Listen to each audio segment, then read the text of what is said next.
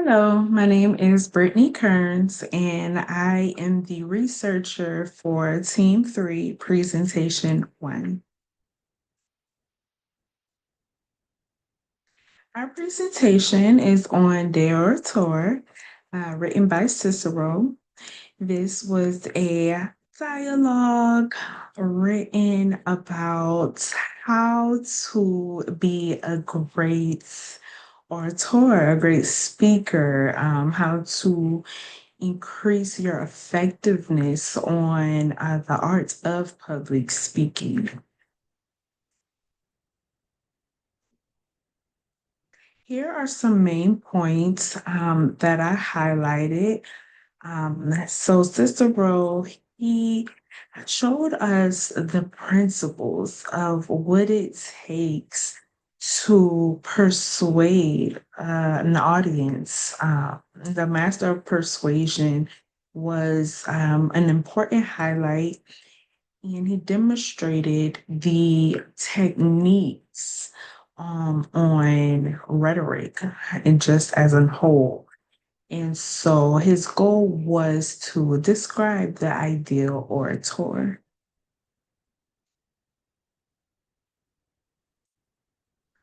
So this took place in 91 BC. However, it was written in 55 BC when Crassus dies at this time. And Crassus, he is another great orator that Cicero admired deeply.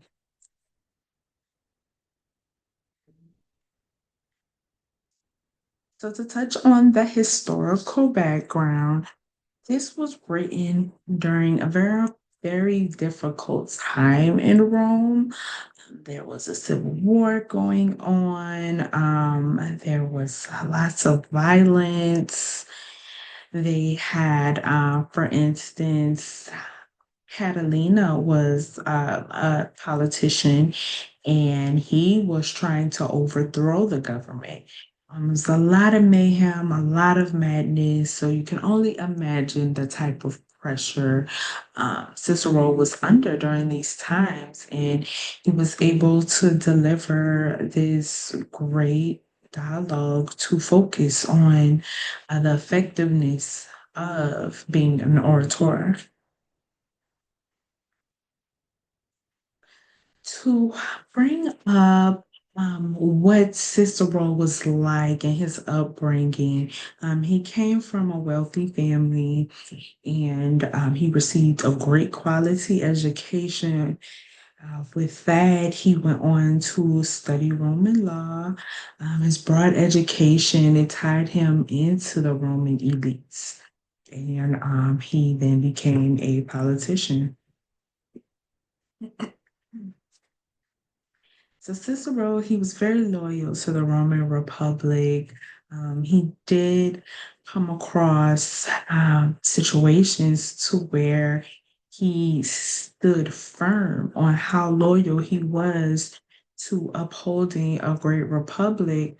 And regardless of who you were, Cicero was not going to let anyone come in and undermine the law. And so with that, there was the first triumvirate who congregated that consisted of Julius Caesar, Pompey, and Crassus.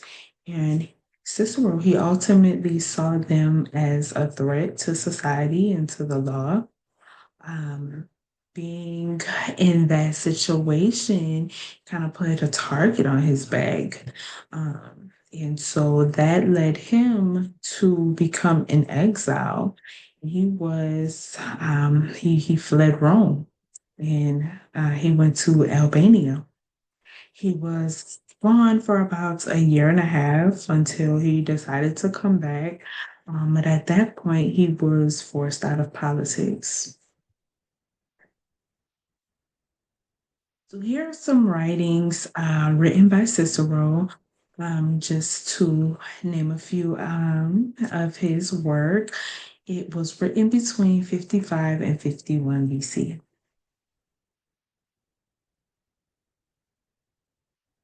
So Cicero, he was assassinated by someone of the name of Mark Antony. Mark Antony became a, I shouldn't say an enemy.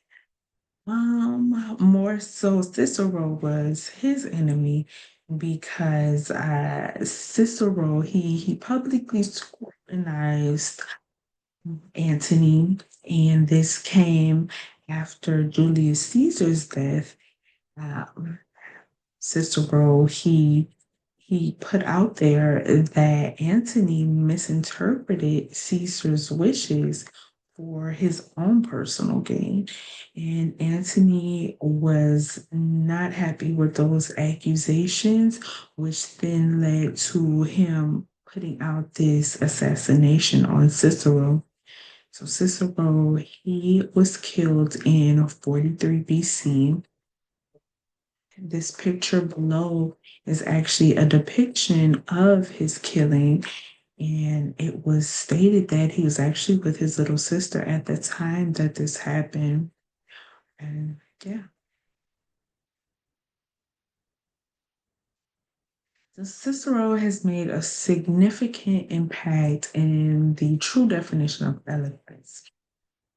Then and even now, he's influencing young speakers today, college students like myself, and his legacy will live on and he'll continue to influence.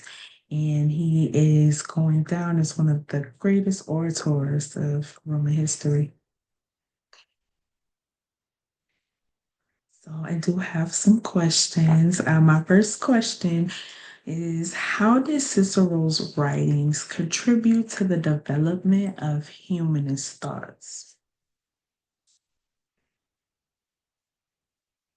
So this was important for leaders and active citizens, or even one that's just wanting to perfect their craft when it comes to public speaking. When you're put in the role, you want to speak and persuade, and you want your audience to receive your message. And I think this is an essential skill for public life. The second question is, what rhetorical strategies did Cicero use in his speeches, and how did they contribute to his effectiveness as an orator? So, some techniques that he used the method of loci, that is when visuals are painted so vividly in your head that it actually takes you to that moment. Like you can envision what's going on. He used that technique. He used rhetorical devices like alliteration, antithesis, and parallelism to get his points across. And he used it very well. That is the end of my presentation. Thank you for watching.